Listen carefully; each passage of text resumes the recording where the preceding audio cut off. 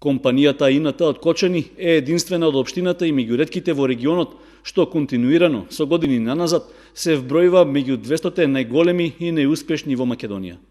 Признанието Топ 200 го доби и оваа година од Капитал Медиа Груп, откако биле анализирани македонските компании според вкупните приходи и остварениот нето финансиски резултат во 2015-та. Во образложението за признанието што ИНТ го доби заедно со останатите фирми, се вели дека тие го движат стопанството и го представуваат лицето на македонската економија. На листата на 200 најпрофитабилни компании годинава се најдоа многу од големите бизниси, но и голем број помали фирми кои успеале да направат големи профити. Менаџерскиот тим на ИНТ е задоволен од постигнувањата, за кои признаваат дека се и обврска за продолжување со истото темпо како досега.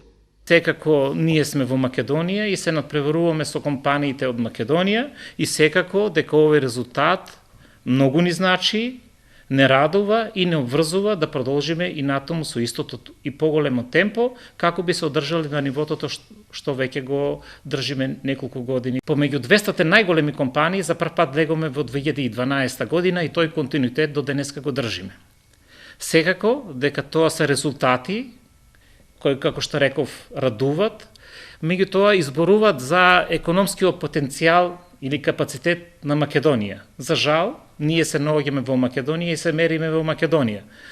Значи, ако ние како фирма ИНТ влеговме помеѓу 200 најголеми компании, најуспешни компании во Македонија, значи економијата или конкуренцијата во економијата не е толку голема и затоа и таква ни е целокупната економија во Македонија. Илиев најавува дека ИНТ нема да застане на досегашните постигања. За идната година се најавува инвестиција од околу 1 милион евра, со која ќе се набави нова опрема и ќе се ангажираат нови вработувања.